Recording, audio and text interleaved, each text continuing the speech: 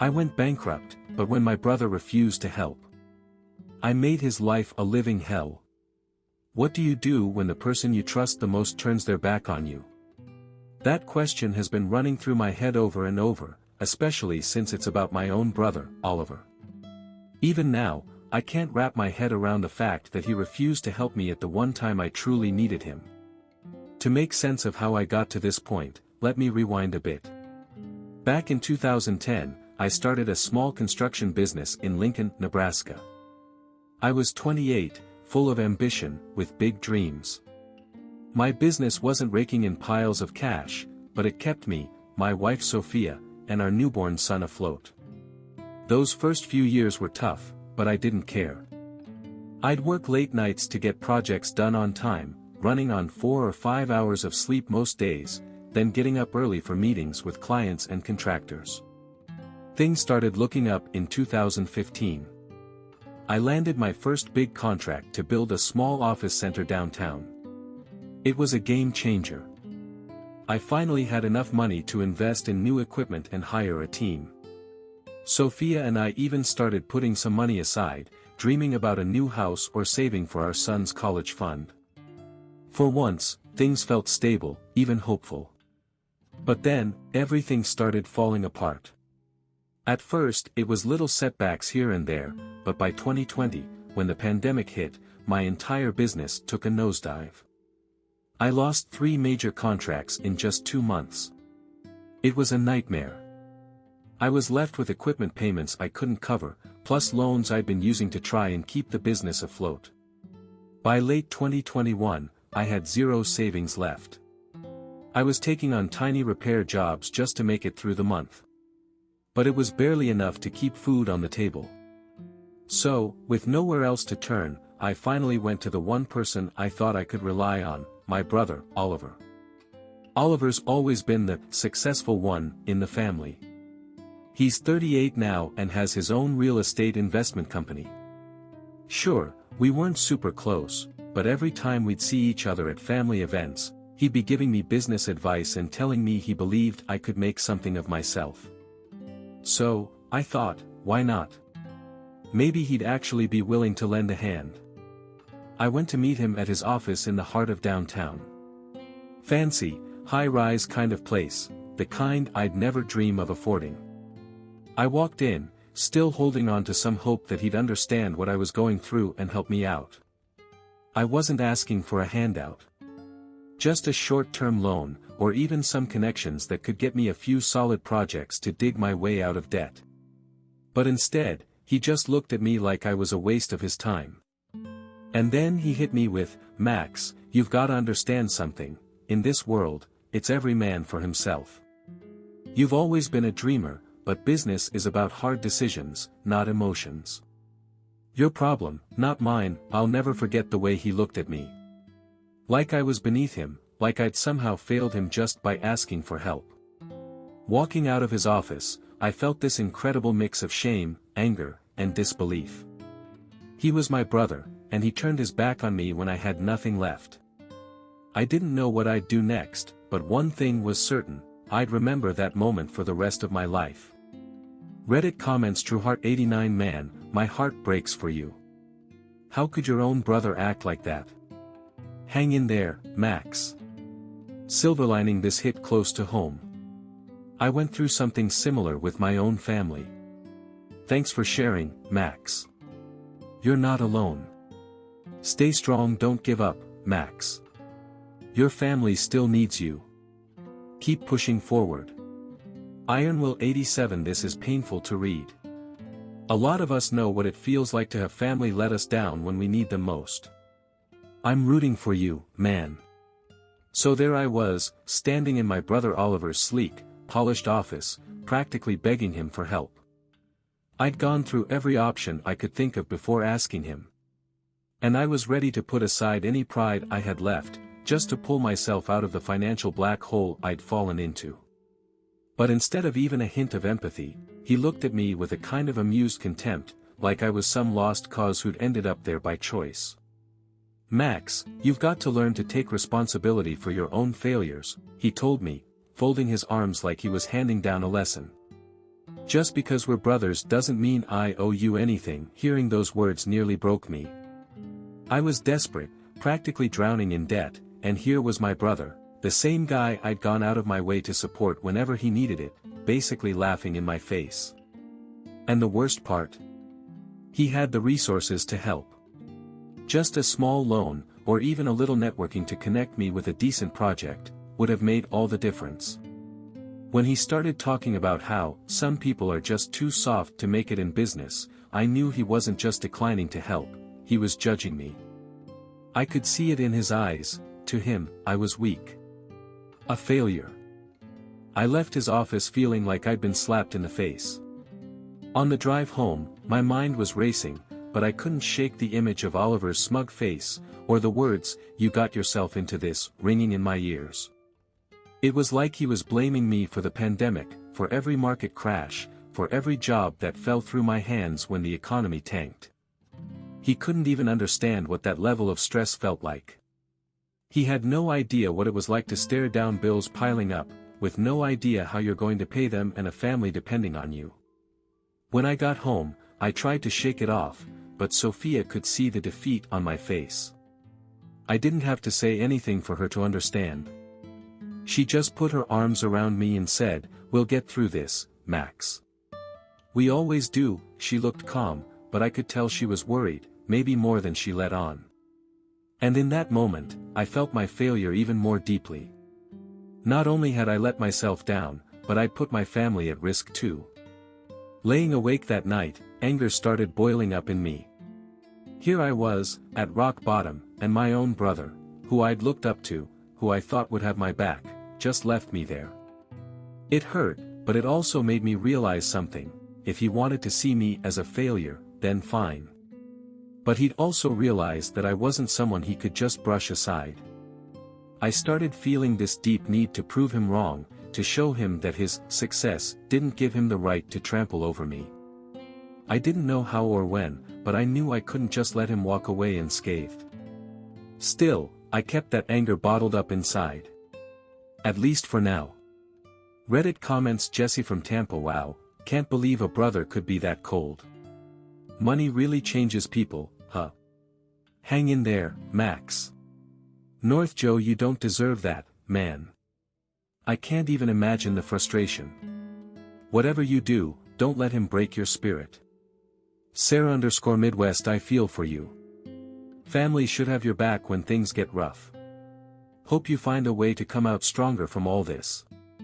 Oldle97, sometimes people only show their true colors when you need them the most. I'd be crushed too if my sibling did that to me. Thanks for sharing your story, it really hits home." After that gut-wrenching conversation with Oliver, I couldn't shake the anger and frustration. I kept thinking back to his smug words, how he just tossed me aside like I was nothing. That anger stayed with me, simmering in the background, until one day I ran into an old friend, Jason. Jason and I went way back.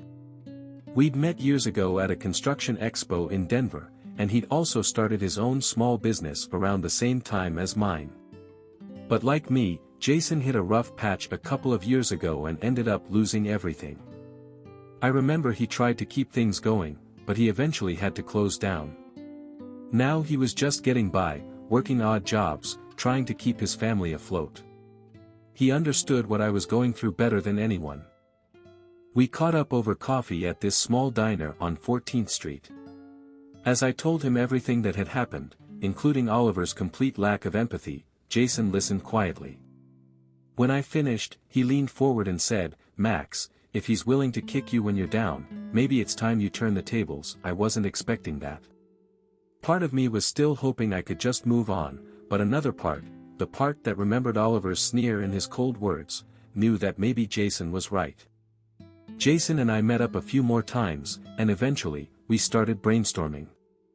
He knew a lot about Oliver's business, having followed his career out of curiosity. He started pointing out weaknesses Oliver had in his company, a lot of them revolving around his over-reliance on a few big-name clients. If those clients were to hear about certain issues with Oliver's practices, or maybe got a little spooked about his stability, they might think twice before continuing to work with him. But that wasn't enough. I needed more insight, more leverage. That's when I thought of Claire. Claire was one of Oliver's former business partners, someone he'd worked with on a few big projects back in 2017-2018. They'd been close until their partnership ended abruptly. I never knew the full story, but rumor had it they had a major falling out over some shady business deals Oliver tried to sweep under the rug. She distanced herself, and after that, she didn't have anything to do with him. It took me a couple of weeks to track her down. I finally found her working as a consultant in a neighboring city, about 40 miles away. When I reached out, I was honest. I told her I needed her insight and that it had to do with Oliver. I half expected her to hang up on me, but to my surprise, she agreed to meet. When I arrived, she seemed wary but curious. As I explained everything that had happened, I could see something shift in her expression. I always knew Oliver would screw over anyone if it meant he could get ahead, she told me with a bitter laugh. I guess I should have known he wouldn't treat his own brother any better. She ended up sharing a few key details about Oliver's business practices, stuff he definitely wouldn't want his investors or clients to know. She gave me a list of people who'd had issues with him, partners who'd felt cheated but had been too intimidated to speak out. Armed with this information, Jason and I started piecing together a strategy. It wasn't about causing a big, dramatic scene, it was about carefully planting seeds of doubt. If we could subtly make his clients and partners question his ethics or reliability, it could start a domino effect. I wasn't interested in slinging mud for the sake of revenge. I wanted to hold him accountable, to make him feel some of the same betrayal he'd shown me. Jason kept reminding me to stay calm, to stick to the plan and not let my emotions take over. I worked hard to put on a calm face, the face of someone who had let go of anger and just wanted to protect his own reputation. Behind that mask, though, I was fuming, and I knew that sooner or later, Oliver would realize the tables had turned. Reddit comments Samantha L23 This is getting intense. I can't believe Oliver is so ruthless. I think you're smart to keep a level head, Max Jared _real talk bro, this Claire connection sounds like the perfect piece you needed. Sometimes it takes a team to bring down someone who's been playing dirty. Mike, it's crazy that family can treat you like that. Oliver sounds like he thinks he's untouchable. Keep us updated, Max Emily _wildflower roof, this story gives me chills. Seeing someone finally stand up for themselves against family betrayal is powerful. I'm rooting for you. It took months, but bit by bit, Jason and I started seeing the effects of our work. By March, we started hearing from a few old industry contacts that Oliver's reputation was slipping. He was losing clients, and complaints were popping up about his company's ethics and reliability. We didn't launch any public attacks, we just nudged certain conversations in the right places. Clients started hearing rumors that Oliver's deals weren't as clean as they looked.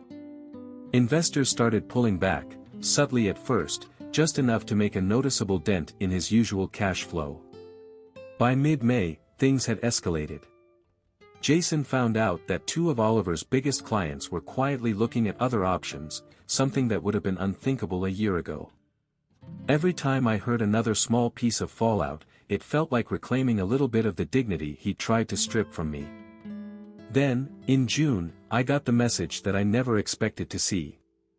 It was a simple text from Oliver, "Can we talk?" When we met at a coffee shop downtown, I could tell he was worn down, desperate in a way I'd never seen before. He'd lost that smug look, and there was something raw in his expression that almost made me feel sorry for him. Almost.